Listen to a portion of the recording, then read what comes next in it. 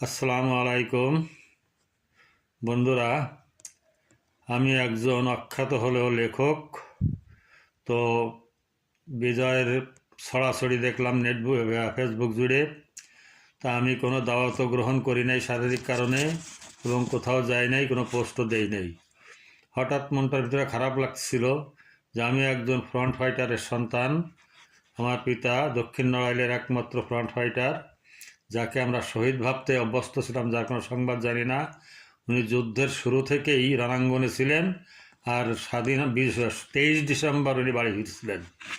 সুতরাং আর আমিও একজন সক্রিয় মুক্তিযোদ্ধা, যদিও সনদ বঞ্চিত। তো তাই চিন্তা করলাম যে একটা কিছু করা দরকার। তা আমার অবাঞ্ছিত কাব্যগ্রন্থে স্থান পাইছে যে কবিতাটা, শিরোনাম বিজয়ের সত্তা। ওইটাই আপনাদের সামনে পরিবেশন করছি, কারণ আমি আবৃত্তিকার নই, আমার আবৃত্তিও ভালো হবে না। আপনারা শুধুমাত্র কথাগুলোই বিবেচনা করবেন। কবিতার শিরোনাম বিজয়ের সত্তা। বিজয়ের আনন্দে যদি হই মত্ত, কষ্ট কি পাবে না শহীদের আত্মা?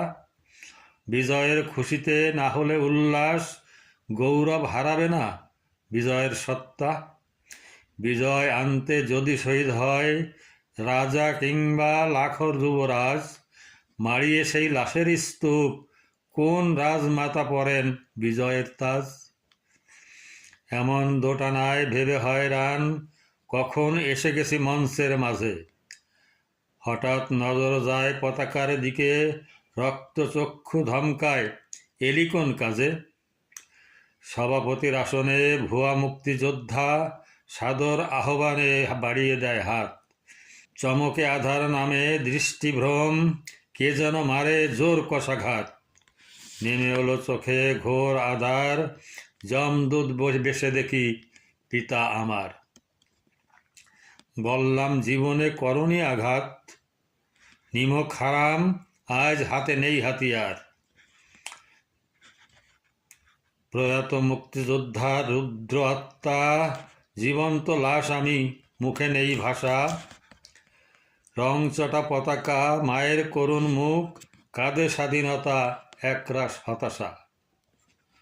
সম্বিত ফিরায় বজ্রকণ্ঠের গগন বিদার, এ বিধবা এতিম লাশের স্তূপ।